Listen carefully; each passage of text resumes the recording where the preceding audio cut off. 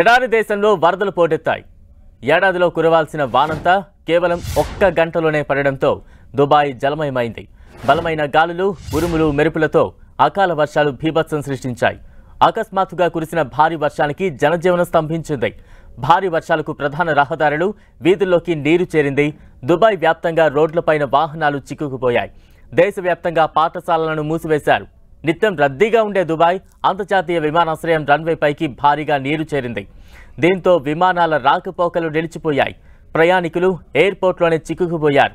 రన్వేపై మోకాలి లోతు నీటిలో విమానాలు నిలిచిపోయాయి. విమానాశ్రయం పార్కింగ్ కూడా సగం నీట మునిగింది. ఎయిర్పోర్ట్కు వెళ్లే రహదారుల్లో నీరు నిలిచిపోయింది. భారీ వర్షాల కారణంగా పలు విమానాలను రద్దు చేశారు. మరోవైపు ఒమన్లో కురిసిన భారీ వర్షాలకు మృతుల సంఖ్య 18కి చేరింది. మరికొందరి ఆచూకీ గల్లంతైంది. బహ్రెయిన్, ఖతార్, సౌదీ అరేబియా దేశాల్లోనూ వానలు పడ్డాయి. ఎమిరేట్ ఆఫ్ ఫుజైరా ప్రాంతంలో 145 మిల్లీమీటర్ల వర్షపాతం నమోదైంది.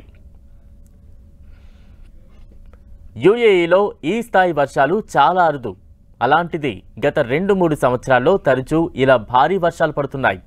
వాతావరణ మార్పుల ప్రభావంతోనే ఈ పరిస్థితులు చోటు చేసుకుంటున్నాయని నిపుణులు ఆందోళన వ్యక్తం చేస్తున్నారు.